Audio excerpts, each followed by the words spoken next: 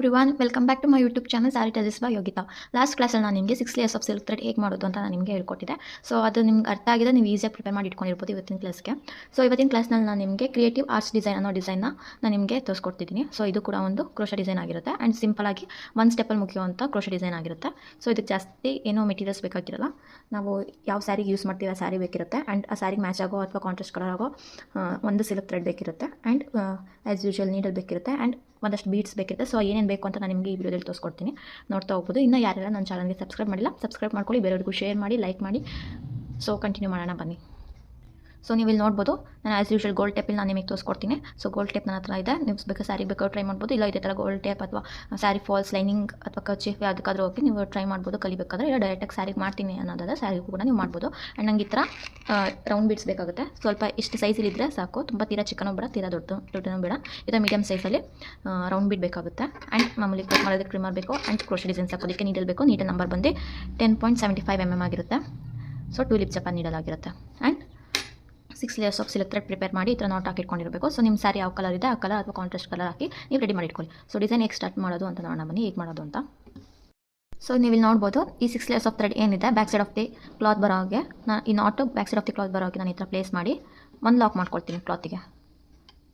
So ಈ ಥರ lock ಮಾಡ್ಕೋಬೇಕು. ಈ ಥರ ಲಾಕ್ ಮಾಡ್ಕೊಂಡಿದ್ದಾದಮೇಲೆ ನಾನು ಇಲ್ಲಿ 3 ಚೈನ್ಸ್ ಹಾಕ್ಕೋತೀನಿ. 1 2 ಆ್ಯಂಡ್ 3 ಚೈನ್ಸ್ ಹಾಕಿದಾದ್ಮೇಲೆ ಒಂದು ಸಿಂಗಲ್ ಕ್ರೋಶಾ ಕ್ಲಾತಿಗೆ ಹಾಕಬೇಕು. ಅದೆಲ್ಲ ಎಂಡ್ ಆಗುತ್ತೆ ಅಲ್ಲಿಗೆ ನೋಡ್ಕೊಂಡು ಒಂದು ಸಿಂಗಲ್ ಕ್ರೋಶಾ ಹಾಕೋಬೇಕು.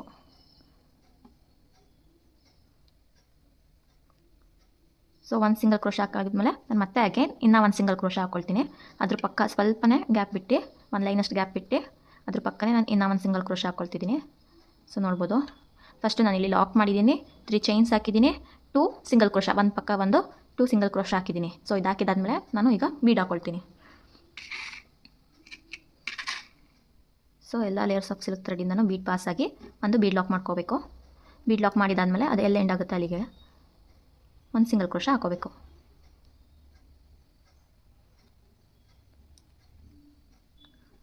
ಸೊ ಸಿಂಗಲ್ ಕ್ರೋಶಾ ಹಾಕಿದಾದ್ಮೇಲೆ ನಾನೀಗ 5 ಚೈನ್ಸ್ ಹಾಕ್ಕೊಳ್ತೀನಿ. 1 2 3 4 ಆ್ಯಂಡ್ 5 ಸಿಂಗಲ್ ಕ್ರೋಶಾ ಹಾಕಿದಾದ್ಮೇಲೆ ಇದು ಫ್ರಂಟ್ ಏನಿದೆ ಕ್ಲಾತು ಬ್ಯಾಕ್ ಸೈಡ್ ಟರ್ನ್ ಮಾಡ್ಕೋಬೇಕು. ಸೊ ಬ್ಯಾಕ್ ಸೈಡ್ ಟರ್ನ್ ಮಾಡಿ ಇಲ್ಲಿ ನೀವೇನು 2 ಸಿಂಗಲ್ ಕ್ರೋಶಾ ಹಾಕಿದ್ದೀರಾ ಅದ್ರ ಮಧ್ಯದಲ್ಲಿ ನೀಡಲ್ನ ಪಾಸ್ ಮಾಡಬೇಕು. ನೋಡಿ, ನೀವು ಇಲ್ಲಿ ಏನು 2 ಸಿಂಗಲ್ ಕ್ರೋಶಾ ಹಾಕಿದ್ದೀರಾ ಅದ್ರ ಮಧ್ಯದಲ್ಲಿ ನೀಡಲ್ನ ಪಾಸ್ ಮಾಡಿ ಥ್ರೆಡ್ನ ತರಬೇಕು. ಥ್ರೆಡ್ ತಂದು ಅಲ್ಲಿ ಒಂದು ಸಿಂಗಲ್ ಕ್ರೋಶಾ ಹಾಕೋಬೇಕು, ಅಂದರೆ ಲಾಕ್ ಮಾಡ್ಕೋಬೇಕು. ಸೊ ಲಾಕ್ ಮಾಡಿದಾದ್ಮೇಲೆ ಇದನ್ನು ನಾವು ಏನು ಕ್ಲಾತ್ ಇದೆ ಕ್ಲಾತ್ನ ಟರ್ನ್ ಮಾಡಿನೇ ಈ ಥರ ನಾವು ಲಾಕ್ ಮಾಡ್ಕೋಬೇಕು. ಸೊ ಲಾಕ್ ಮಾಡಿದಾದ್ಮೇಲೆ ಸೀದಾ ಫ್ರಂಟ್ ಕರೆಕ್ಟಾಗಿ ಇಟ್ಕೊಂಡು ರೈಟ್ ಸೈಡಲ್ಲಿ ಇಟ್ಕೊಂಡು ಸೊ ನಾವೀಗ ಇಲ್ಲಿ ಡಬಲ್ ಕ್ರೋಶಾ ಹಾಕಬೇಕು. 13 ಡಬಲ್ ಕ್ರೋಶಾ ಹಾಕಬೇಕು. ಸೊ ಡಬಲ್ ಕ್ರೋಶಾ ಹೇಗೆ ಹಾಕೋದು ನಾನು ಲಾಸ್ಟ್ ಕ್ಲಾಸಲ್ಲಿ ಹೇಳ್ಕೊಟ್ಟಿದ್ದೆ. ಯಾನ್ ಓವರ್ ಸೂಜಿ ಮೇಲೆ ದಾರ, ಇಲ್ಲಿ ಏನು 5 ಚೈನ್ ಹಾಕಿದ್ರೆ ಅದ್ರ ಒಳಗಡೆ ನೀಡಲ್ನ ಪಾಸ್ ಮಾಡಿ ದಾರ ತರಬೇಕು.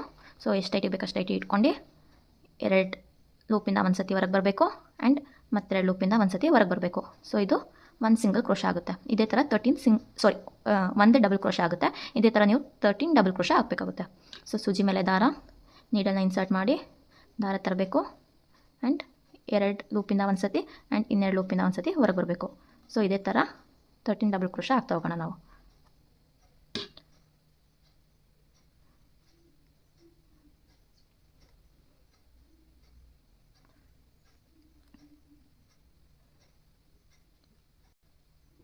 ಸೊ ನೀವು ಇಲ್ಲಿ ನೋಡ್ಬೋದು, ನಾನು ಇಲ್ಲಿ 13 ಡಬಲ್ ಕ್ರೋಶಾ ಹಾಕಿದ್ದೀನಿ.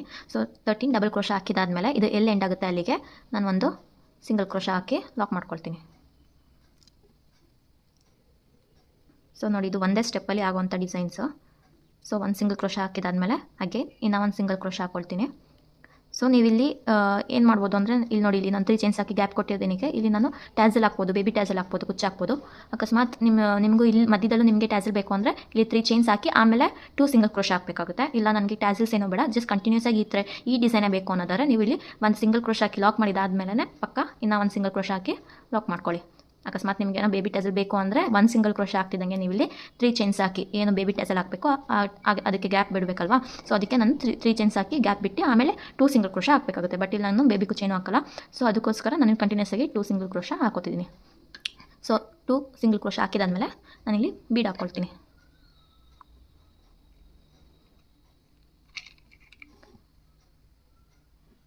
ಸೊ ಈ ಥರ ಬೀಡ್ ಹಾಕಿ ಬೀಡ್ ಲಾಕ್ ಮಾಡ್ಕೊಳ್ತೀನಿ. ಸೊ ಬೀಡ್ ಲಾಕ್ ಹಾಕಿದಾದ್ಮೇಲೆ ಅದೆಲ್ಲ ಎಂಡ್ ಆಗುತ್ತೆ ಅಲ್ಲಿ ಕ್ಲಾತಿಗೂ ಕೂಡ ನಾನು ಲಾಕ್ ಮಾಡ್ಕೊಳ್ತೀನಿ.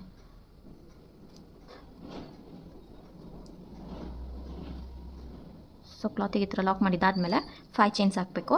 ಸೊ ಆ 5 ಚೈನ್ಸ್ ಏನು ಹಾಕ್ತೀವಿ ಇದು ಬೀಡ್ ಸೈಜ್ ಮೇಲೆ ಅದು ಚೈನ್ಸ್ ಡಿಪೆಂಡ್ ಆಗುತ್ತೆ. ಅಕಸ್ಮಾತ್ ನಿಮ್ಮದು ಬೀಡನ್ನು ಸ್ವಲ್ಪ ಚಿಕ್ಕದಿತ್ತು ಅಂದರೆ 4 ಚೈನ್ಸ್ ಹಾಕೊಳ್ಳಿ, ಅಥವಾ ಸ್ವಲ್ಪ ಜಾಸ್ತಿ ಇದು ಈ ಥರ ದೊಡ್ಡದಿತ್ತು ಅಂದರೆ 5 ಚೈನ್ಸ್ ಹಾಕೊಳ್ಳಿ. ಸೊ ನಾನಿಲ್ಲಿ ನನಗೆ 4 ಚೈನ್ಸೇ ಅಡ್ಜಸ್ಟ್ ಆಗ್ತಿತ್ತು, ಬಟ್ ಇಲ್ಲಿ 5 ಚೈನ್ಸ್ ಹಾಕೋತಿದ್ದೀನಿ. ಸ್ವಲ್ಪ ಟೈಟೇ ಹಾಕೋತಿದ್ದೀನಿ, ಸೊ ಜಾಸ್ತಿ ಲೂಸ್ ಮಾಡ್ಕೋಬೇಡಿ. ಸೊ 1 2 3 4 ಆ್ಯಂಡ್ 5 ಚೈನ್ಸ್ ಹಾಕ್ಕೊಂಡಿದ್ದೀನಿ. 5 ಚೈನ್ಸ್ ಹಾಕೊಂಡಿದ್ದಾದಮೇಲೆ ಡಿಸೈನ ಬ್ಯಾಕ್ ಸೈಡ್ ಈ ಥರ ಟರ್ನ್ ಮಾಡಿ ನೀವೇನು ಇಲ್ಲಿ 2 ಸಿಂಗಲ್ ಕ್ರೋಶ್ ಹಾಕಿದ್ದೀರ ಅದ್ರ ಮಧ್ಯ ಲಾಕ್ನ ಮಾಡಬೇಕು. ನೀಡಲ್ನ ಪಾಸ್ ಮಾಡಿ ಥ್ರೆಡ್ ತರಬೇಕು. ಥ್ರೆಡ್ ತಂದು ಅದ್ರ ಮಧ್ಯ ನೀವು ಲಾಕ್ ಅನ್ನೋದನ್ನ ಮಾಡ್ಕೋಬೇಕು.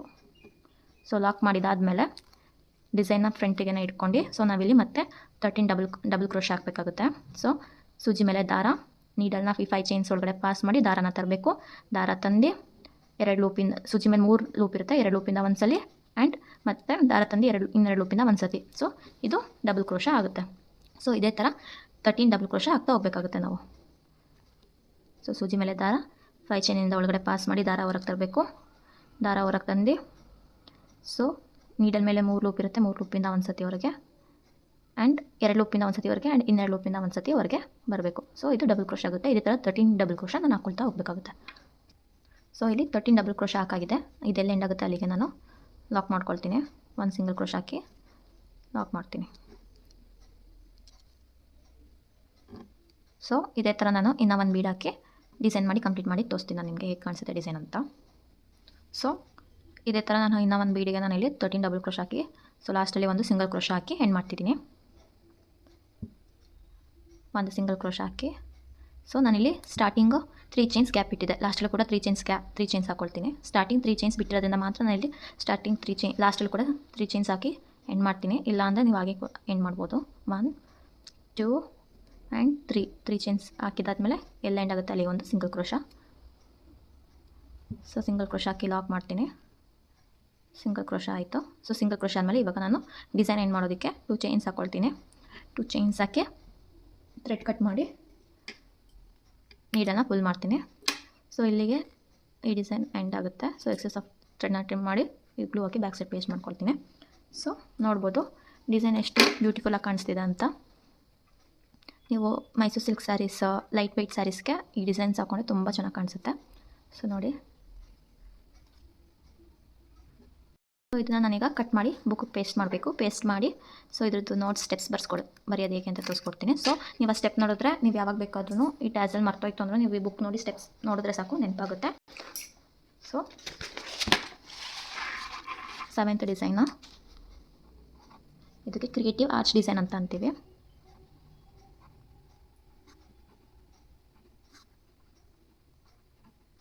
ಕ್ರಿಯೇಟಿವ್ ಆರ್ಚ್ ಡಿಸೈನ್ ಅಥವಾ ಸಿಂಗಲ್ ಸ್ಟೆಪ್ ಡಿಸೈನ್ ಅಂತಲೂ ಅನ್ಬೋದು.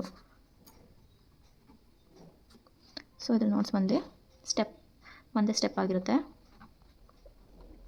ಸೊ ಫಸ್ಟು ಒಂದು ಲಾಕ್ ಮಾಡ್ಕೋಬೇಕು. ಲಾಕ್ ಮಾಡಿದ್ದಾದಮೇಲೆ 3 ಚೈನ್ ಹಾಕ್ಕೊಂಡಿದ್ದೀನಿ. ಸೊ 3 ಚೈನ್ ಹಾಕಿದಾದ್ಮೇಲೆ 2 ಸಿಂಗಲ್ ಕ್ರೋಶ ಹಾಕ್ಕೊಂಡಿದ್ದೀನಿ. ಸೊ 2 ಸಿಂಗಲ್ ಕ್ರೋಶ ಹಾಕಿದಾದ್ಮೇಲೆ 1 ಬೀಡ್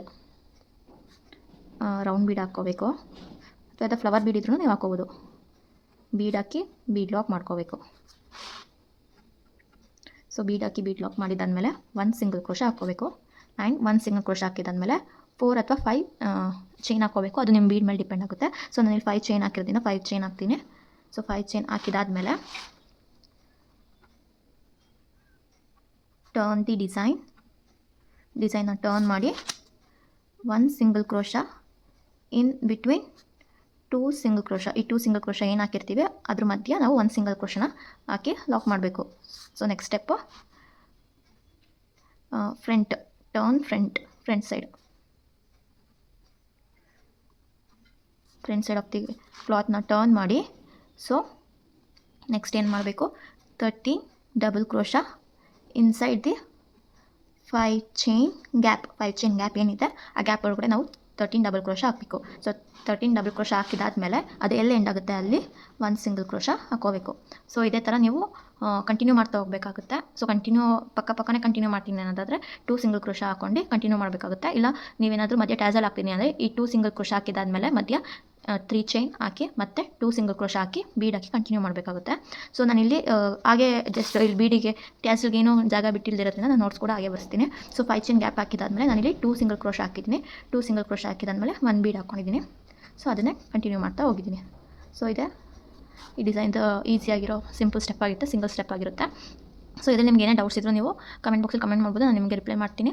ಸೊ ಬೇರೆ ಯಾವುದೋ ಡಿಸೈನ್ಸ್ ನಿಮಗೆ ಎಕ್ಸ್ಪ್ಲೈನ್ ಮಾಡಬೇಕು ಅಂದರೆ ಆ ಡಿಸೈನ್ ಫೋಟೋ ಕಳಿಸಿದ್ರೆ ಸಾಕು, ನಾನು ಅದನ್ನು ಎಕ್ಸ್ಪ್ಲೈನ್ ಮಾಡಿ ವಿಡಿಯೋ ಅಪ್ಲೋಡ್ ಮಾಡಿ ಸೊ ನೋಟ್ಸ್ ಕೂಡ ಕೊಡ್ತೀನಿ. ಇಲ್ಲಾಂದರೆ ಜಸ್ಟ್ ನಿಮಗೆ ನೋಟ್ಸ್ ಬೇಕು ಅಂತ ಅನಿಸಿದ್ರು ಕೂಡ ನೀವು ಕೇಳ್ಬೋದು, ನಾನು ನಿಮಗೆ ಜಸ್ಟ್ ನೋಟ್ಸ್ ಕೂಡ ಕೊಡ್ತೀನಿ. ಸೊ ಯಾರಿಗೆಲ್ಲ ಈ ವಿಡಿಯೋ ಇಷ್ಟ ಆಗಿದೆ ಲೈಕ್ ಮಾಡಿ, ಬೇರೆಯವರಿಗೂ ಶೇರ್ ಮಾಡಿ ಆ್ಯಂಡ್ ಹೀಗೆ ಸಪೋರ್ಟ್ ಮಾಡ್ತಾಯಿರಿ, ಸಬ್ಸ್ಕ್ರೈಬ್ ಮಾಡ್ಕೊಳ್ಳಿ.